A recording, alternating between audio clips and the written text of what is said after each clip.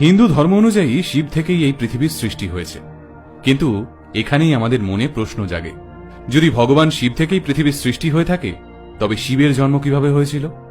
তিনি কোথা থেকে সৃষ্টি হয়েছিলেন? ভগবান শিবের পিতা আসলে কে? চলুন আজকের ভিডিওতে আমরা হিন্দু ধর্মের সবচেয়ে প্রাচীন রহস্যটির সমাধান করার চেষ্টা করি। ভগবান শিব যদি পৃথিবীর সৃষ্টিকর্তা হন, তাহলে শিবের সৃষ্টিকর্তা কে? এই প্রশ্নের উত্তর লুকিয়ে রয়েছে শিব পুরাণ বইটিতে।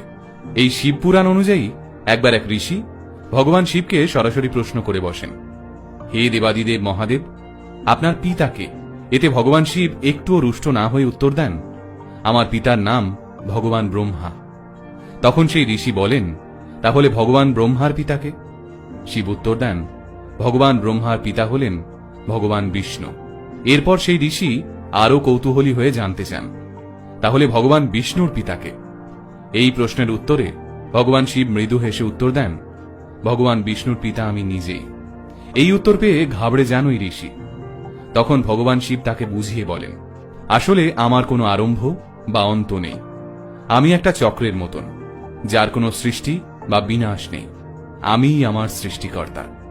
বিজ্ঞানের বিগ ব্যাং থিওরি অনুযায়ী এই বিশ্ব ব্রহ্মাণ্ডের জন্ম হয় এক বিরাট বিস্ফোরণ থেকে। কিন্তু এই বিস্ফোরণের আগে কি ছিল? বিজ্ঞান বলছে এর আগে কিছুই ছিল না, অর্থাৎ এর আগে যা কিছু ছিল তার কোনো আকার নেই, কোনো সৃষ্টি নেই, কোনো মৃত্যু নেই। এবার শিবের জন্ম কাহিনীটা ভাবুন। ভগবান শিবের সৃষ্টিকর্তা ভগবান শিব নিজে, অর্থাৎ শিবের আগে কিছুই ছিল না, শিব থেকেই সবকিছুর শুরু।